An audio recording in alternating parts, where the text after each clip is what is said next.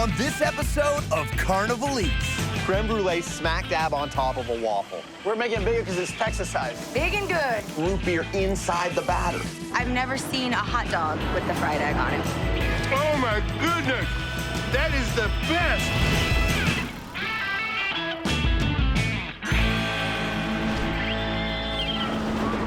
I'm Noah Cap, and this is Carnival Eats. We're here at the first annual Magical Winter Lights Festival in Houston.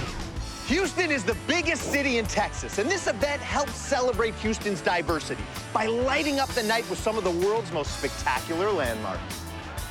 This festival has it all, from thrilling rides to dazzling performances and fantastic food. There is so much to explore. Is that for me? Thank you. A torta is a Mexican sandwich, usually made with pork or beef. But Suli started stuffing hers with Thai basil chicken to create a perfect fusion meal, the torta. Are you a fan of those foods? I love spice. I feel like it's almost borderline inappropriate. The size of the sandwich. Yeah.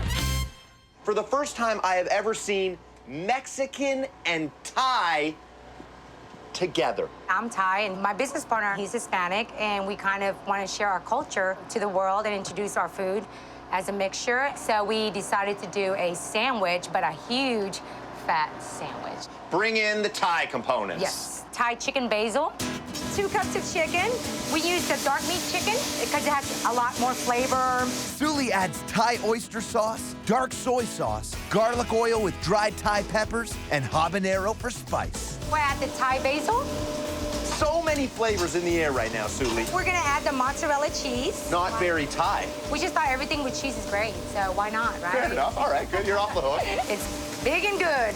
You need a bun that can handle and support the amount of weight, and the bolillo bun is the way to go. A bolillo bun is a Hispanic version of a baguette, crunchy on the outside and soft and chewy inside. Thai red curry with mayonnaise, some vinaigrette, and some other extra seasoning in there.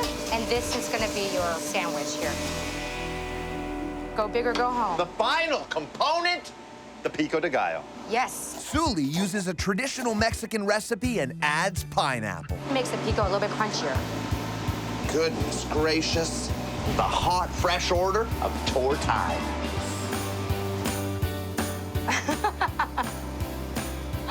How is it?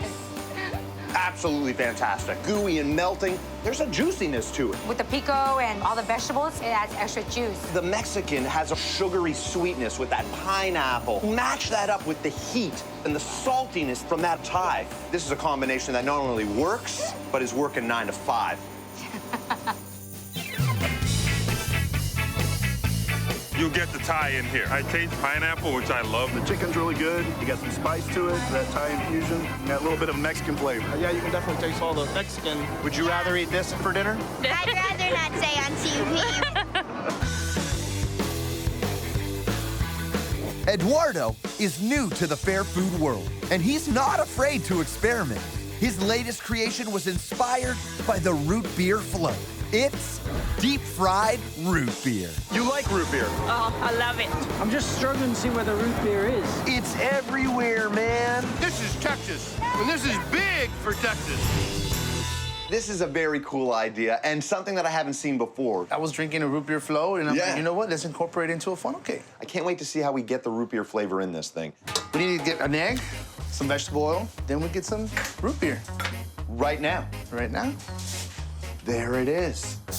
We're putting root beer inside the batter. We add flour, sugar, salt, and baking powder, then mix. And we're off. Oh, yeah. Looks good. We gotta do 2. Double deck. We're gonna do a double-decker. We need the temperature of the oil to be about 350 degrees. Anything lower, it will absorb too much oil, and it will not work. Do you notice a difference between a root beer funnel cake and a traditional one? Yes, it does change the texture of it. More flimsy. You gotta make sure they're firm up real good before you turn them. And both of those are for me. You can't share?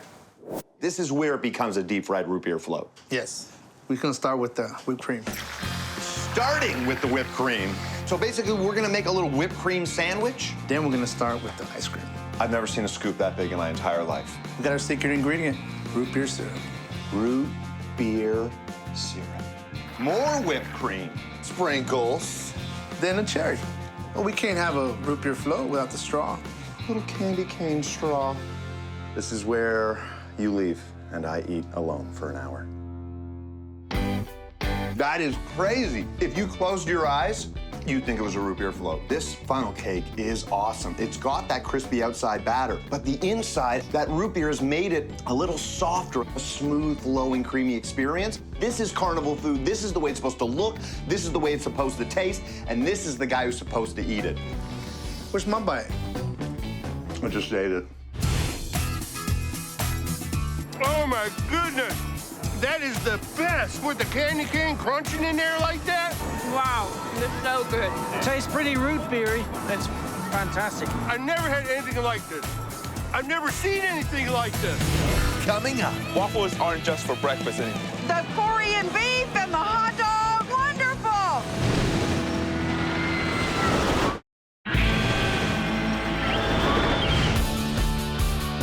Welcome back to Carnival Eats. We're chasing away the winter blues at the magical Winter Lights Festival in Houston.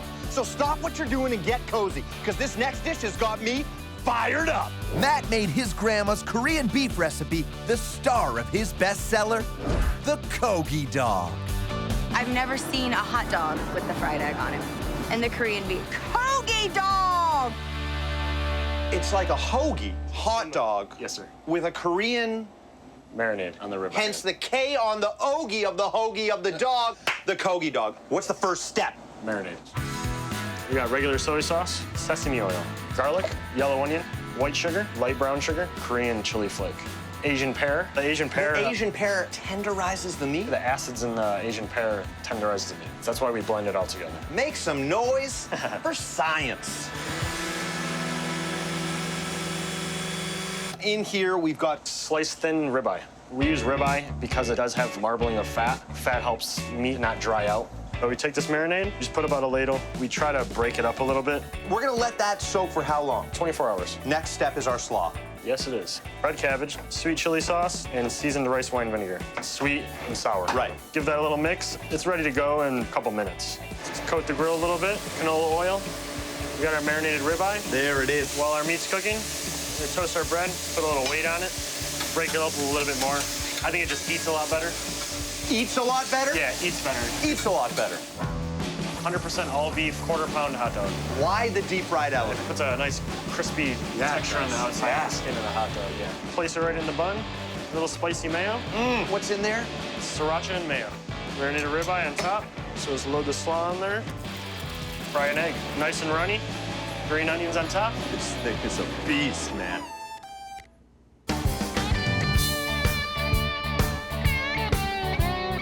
There is so much going on in there. The hot dog is plump, juicy. It's got that nice deep fried outer shell on it. Slaw is fantastic. It's got a nice crunch, but the star, man, there's no diggity doubt about it. It's that ribeye marinated in all of that delicious Korean flavor, and you can taste it, man.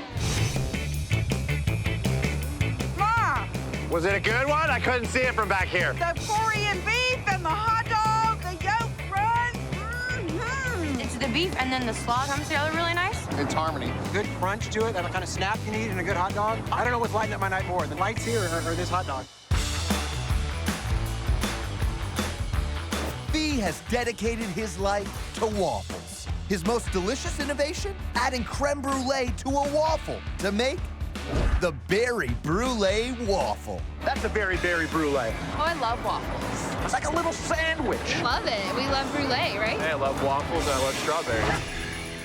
Everything in some way, shape, or form is based around waffles. It has to be. Well, our name's the Waffle Bus. And this is one of our most popular items. It's a creme brulee inside a waffle. That just sounds amazing. Waffles aren't just for breakfast anymore. So we're making the batter for our waffles. Yep. First, we gotta get our dry ingredients here.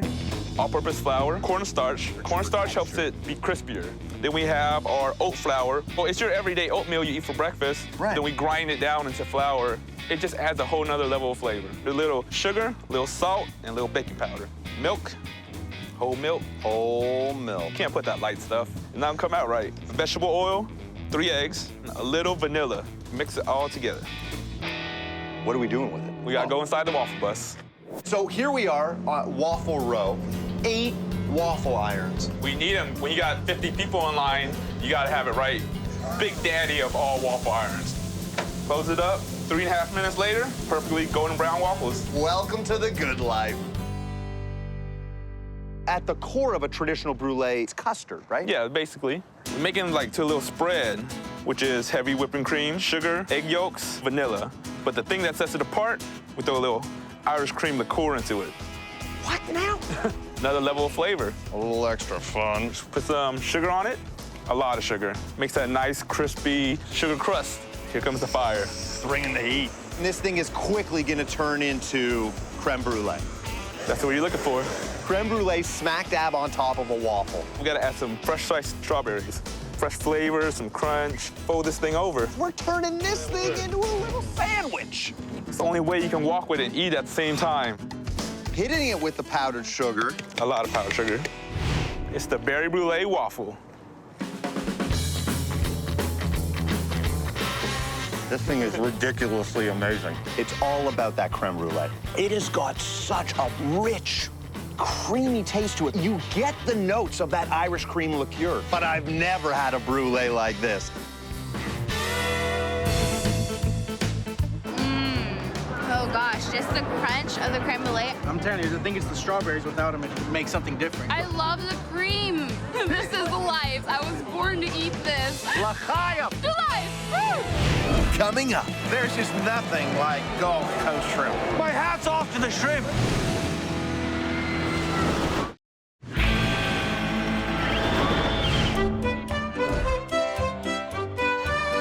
Oh, hello, Governor.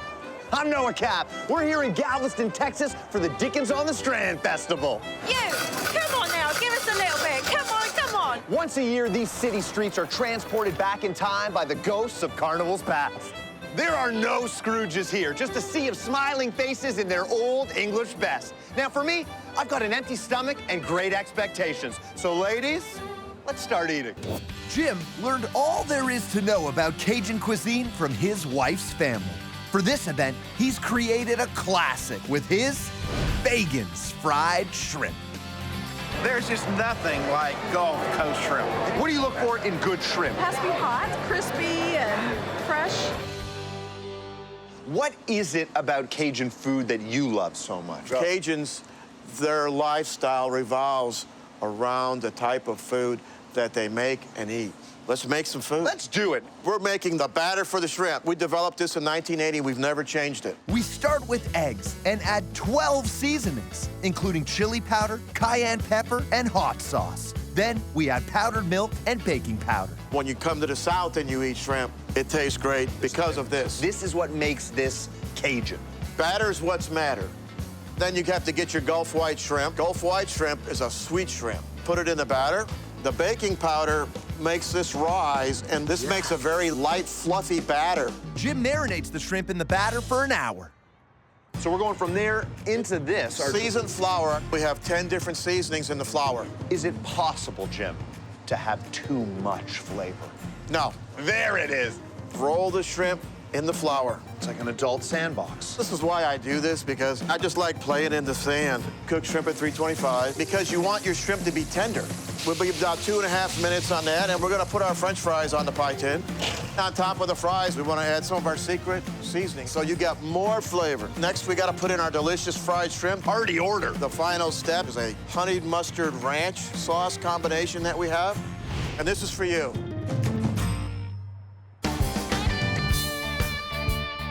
I'll go right back in. Those spices make this different than fried shrimp that you could get at any little corner shop. The crispy, beautiful batter, though, is only one part of it, because inside is the treasure trove of wonderful. The freshness factor, you can taste it, man. Juicy, plump, it's flavorful. Fagan might have been the mean one, but this dish is sweet. Oh my goodness, this is amazing. Cajun flavor, fried, buttery taste, oh. All right, that'd be good. Oh, that is so fresh. It's crunchy, but it's soft and sweet. My hat's off to the shrimp.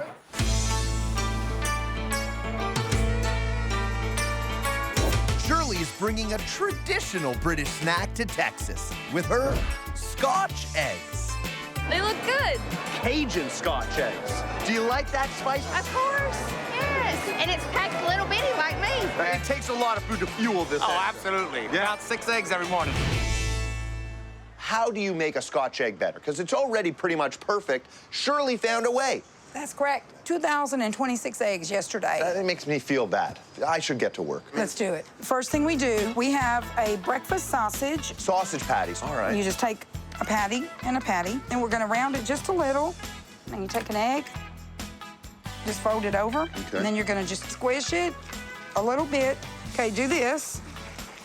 Done. Yours actually looks great. I'm jealous. It's these big, gentle baby man hands I have. We're gonna put it in our buttermilk. They don't have to soak, only coat. Right. This is seasoned cracker meal. Of course, you're gonna have some cayenne pepper. You're gonna have your onion and your garlic, black pepper, and then I won't tell you anymore.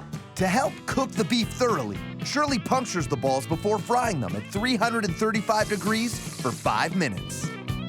Thick, crusty shell. Nice. Perfect. To finish, we top with American yellow mustard.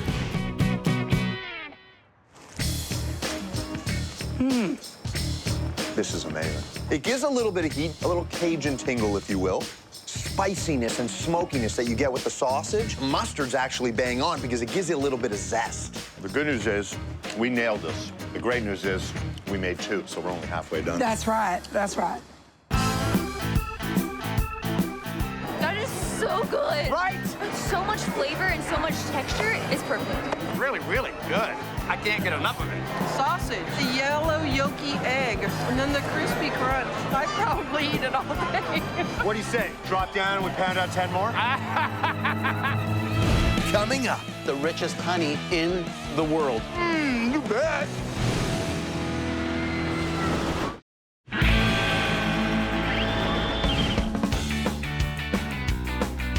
Welcome back to Carnival Eats. We're here at the Dickens on the Strand Festival, where these cooks have me saying, please, sir, can I have some more? Alex is happy to give you more. He started with traditional Greek baklava, phyllo pastry filled with nuts and honey. Then deep-fried it to create deep-fried baklava. You big fan of baklava? Oh, you bet. Anything with chocolate or fried, it's got to be delicious. That's the key to your heart. So you've had baklava, but never deep fried. Straight to my hips. This traditional baklava that we are going to make today is a family recipe passed down in generations for over 50 years. We're reaching into the secret family recipe book? Directly. Lead these gifted hands.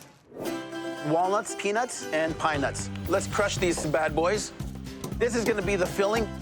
There you go. Alex adds cinnamon, nutmeg, and brown sugar to his nut filling. You need to use phyllo. It's a fine, flaky pastry dough made traditionally for the baklava. It almost looks like sheets of paper. It is paper thin. The more thinness, the flakier it gets. Buttered up. When you're working with phyllo pastry, you have to work fast. Add more phyllo pastry. Butter it up again. Just like you're painting. Another sheet. Being buttered gives it that flaky texture. We will take our mixture. Now we're into the rolling process. We will be using the butter again as we roll. Dab of butter, roll, and some more butter. You're rolling up a fat one. We're making it bigger because it's Texas size. I love it. Bake it at 375, 45 to 50 minutes. We added some more of the nuts on top and some chocolate. They're ready to be served, but we're gonna take it a step further. We're gonna stick it with a traditional funnel cake batter. The baklava is fried at 350 degrees for 90 seconds. What goes on first? Powdered sugar and our cinnamon blend, and some more chocolate. Drizzle it on. A Greek mountain honey, the richest honey in the world. Now we are done. You can go to town. Deep-fried baklava. This thing is unbelievable. Get the nice crunch of those nuts, cinnamon, the brown sugar. That honey tastes so rich and so decadent. Deep-fried baklava has got me saying, Whoppa! It's amazing. It seems really fresh, too. The honey filling, and then add that chocolate sauce on top. Oh, fantastic. Lovely. It just melts in your mouth. You're a happy boy. Well, my belly is full, which means it's time to go. But as the great Dickens once said, nothing gets me higher than something from the fryer. Or was that me? I'm Noah Cap, and this is Carnival Eats.